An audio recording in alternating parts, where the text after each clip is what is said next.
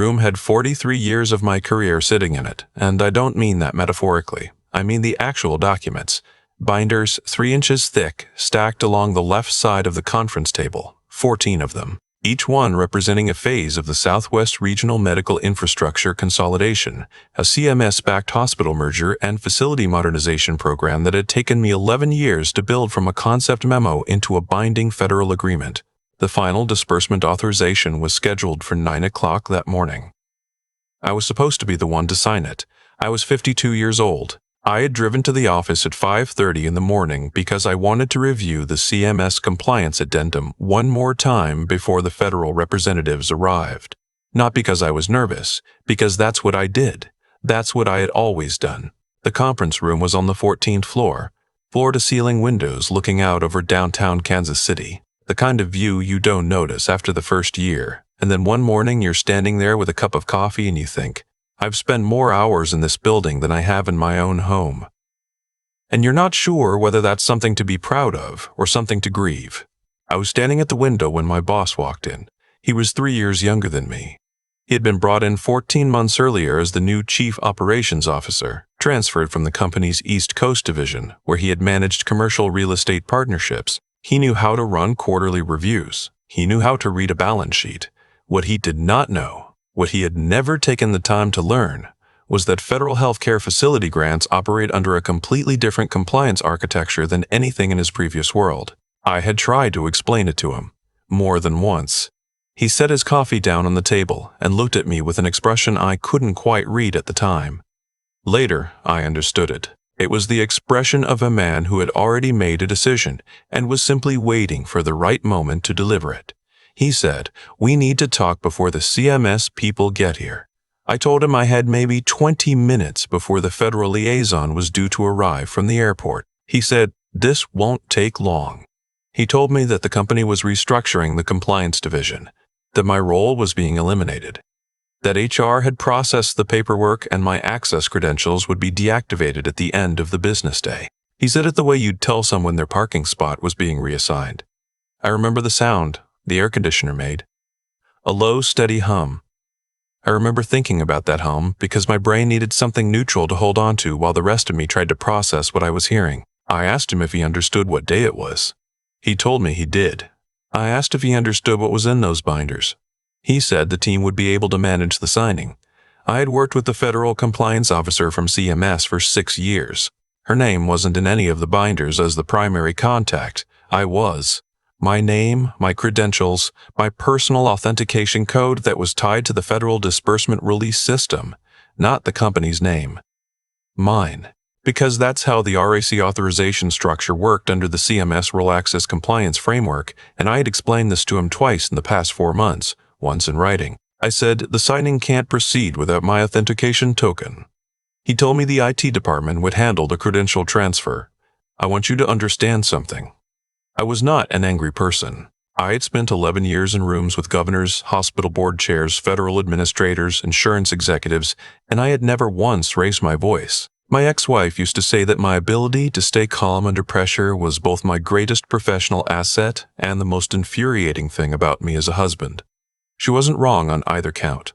But standing in that room, I felt something that I hadn't felt in a long time. Not anger exactly, something quieter and colder than that. I picked up my notepad from the table. I straightened the sleeve of my jacket. I told him I hoped the morning went smoothly, and I walked out.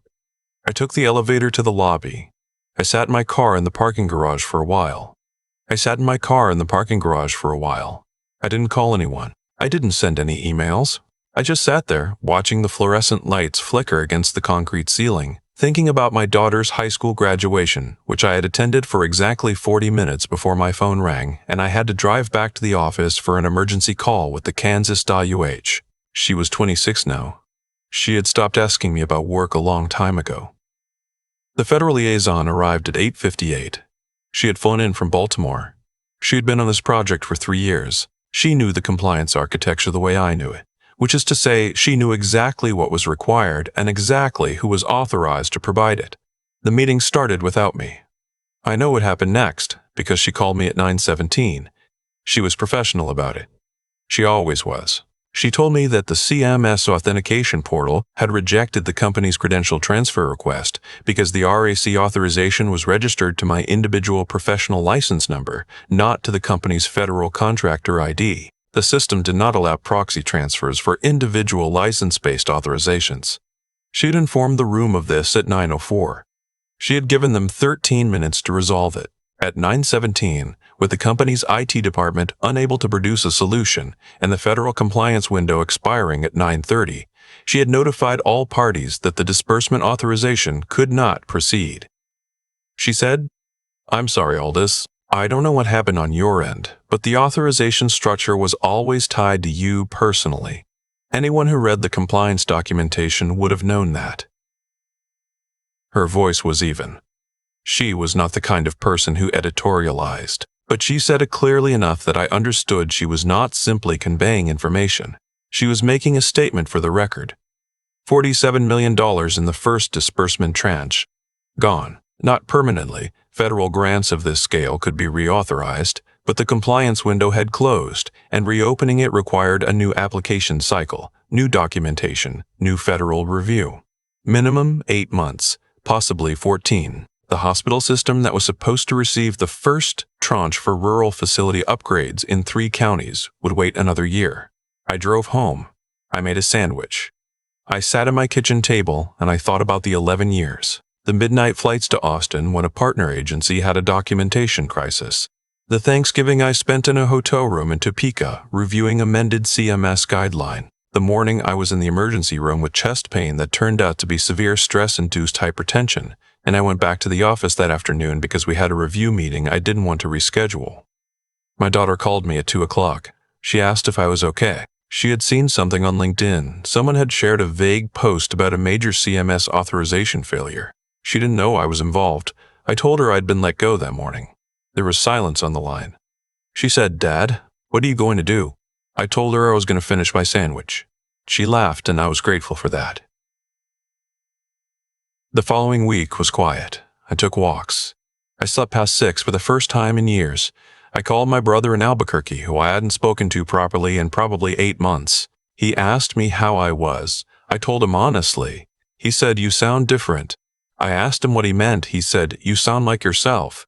I had received 4 calls from former colleagues by the end of that first week, not the ones I expected, not people from inside the company, people from the federal side. A regional director at HHS, a compliance officer at the state health department, the head of the Rural Health Association chapter in Missouri. Each of them had heard, in whatever way these things travel, what had happened. Each of them expressed something between condolence and disbelief. The 4th call was from the CMS federal liaison. She told me that the hospital consortium, the actual hospital systems that were the intended recipients of the grant, had convened an emergency board meeting to discuss options for reauthorization. She said the consortium's legal team had spent the week reviewing the original compliance filing and had arrived at a conclusion I already knew. The authorization architecture had been structured, deliberately and correctly, around my individual licensure because the CMS framework for rural access compliance required a named human guarantor with verifiable credentials. The company had simply never understood what that meant. She asked if I would be willing to have a conversation with the consortium's board chair. I said I would.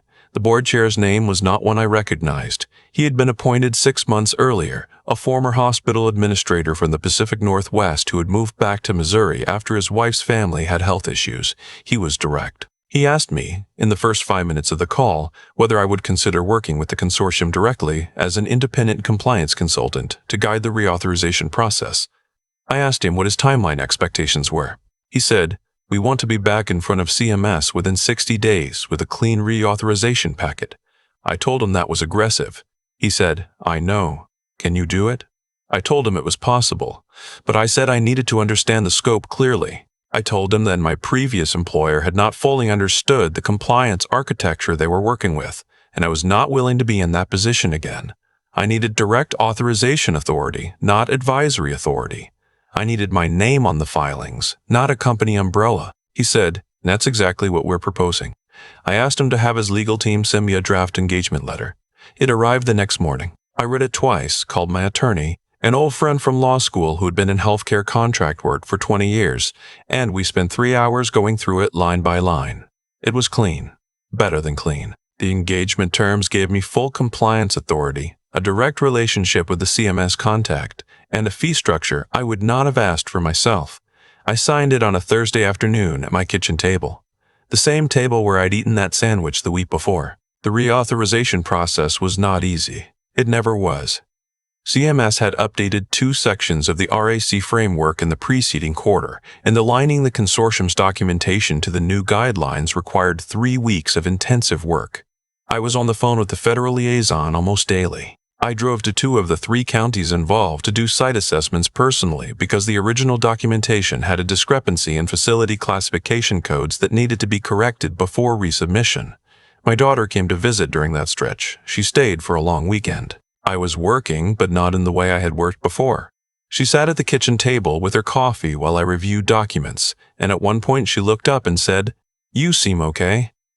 I told her I was. She said, "No, I mean, you seem like you actually want to be doing this." I thought about that for a moment.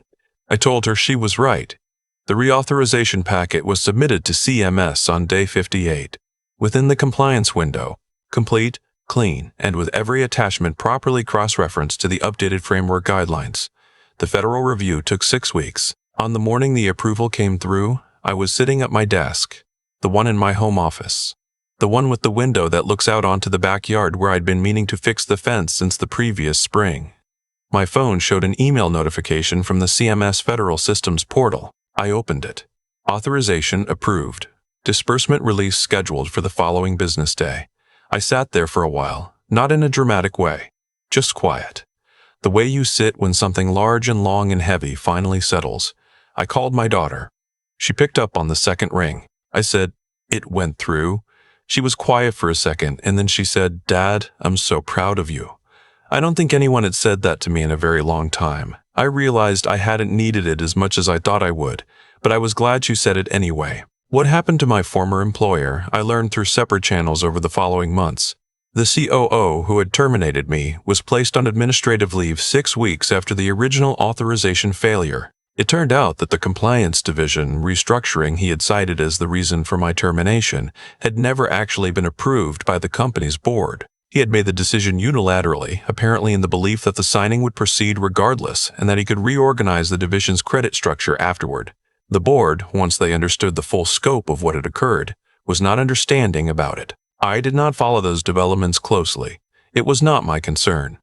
What I know is this: 11 years of work, and the thing that ultimately determined its fate was not a budget, not a political decision, not a budget shift. It was the fact that a man who had never read a compliance framework made a decision on the morning of the most consequential meeting of his career, and believed that credentials and expertise were interchangeable with whoever happened to be standing in the room. The grant I spent 11 years building will fund rural clinic expansions in 3 counties. The first facility broke ground 4 months after the disbursement was released. I saw a photograph of it. A small community health center in a town of about 4,000 people, framed steel against a flat Missouri sky.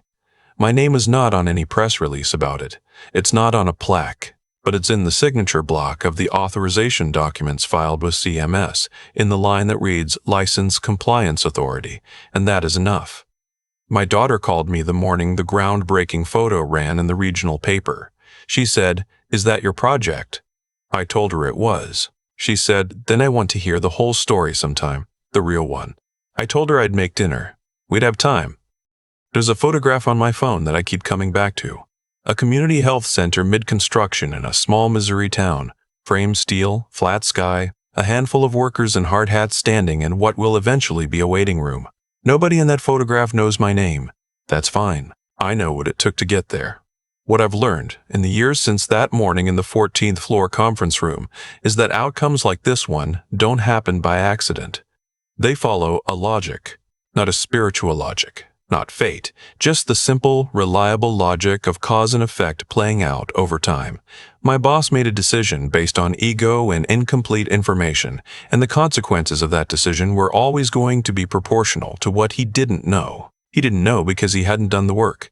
And the work, it turns out, does not disappear just because the person who did it walks out the door.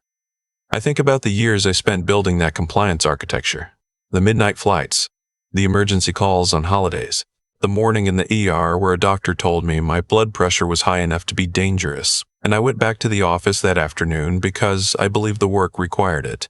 I don't tell that story to be impressive. I tell it because I want to be honest about what it actually costs to do something, right?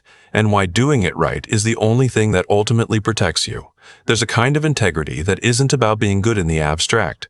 It's about being accurate. About understanding the system you're working inside well enough that when someone tries to erase you from it, the system itself pushes back. The CMS portal didn't reject the credential transfer because of anything I did in that moment. It rejected it because 11 years earlier, I had read the compliance documentation carefully and structured the authorization the correct way. Integrity, in that sense, is just precision carried forward in time. And then there's the question of what you do when everything stops. When you're sitting in a parking garage at 9 in the morning with nowhere to be. I will tell you that I didn't handle it gracefully at first. I sat there for a long time. I made a sandwich I didn't finish. I watched TV I didn't follow. There was a period of maybe 4 or 5 days where I wasn't sure what I was. I had been defined by that work for so long that without it, I didn't quite have a shape. But I kept getting up. I took walks. I called my brother. I answered the phone when the CMS liaison called, not because I was certain it would lead somewhere, but because I was still the person who answered the phone. That steadiness, choosing to remain present and capable even when there's no immediate reward for it. That's not a small thing. It's actually the whole thing. My daughter noticed it before I did. She said I sounded like myself. That was the moment I understood that the months ahead were going to be okay. The consortium board chair asked me if I could do the reauthorization in 60 days. I told him it was aggressive. It was. I did it in 58, not because I was trying to prove something to anyone who had wronged me. I genuinely wasn't thinking about my former employer by that point.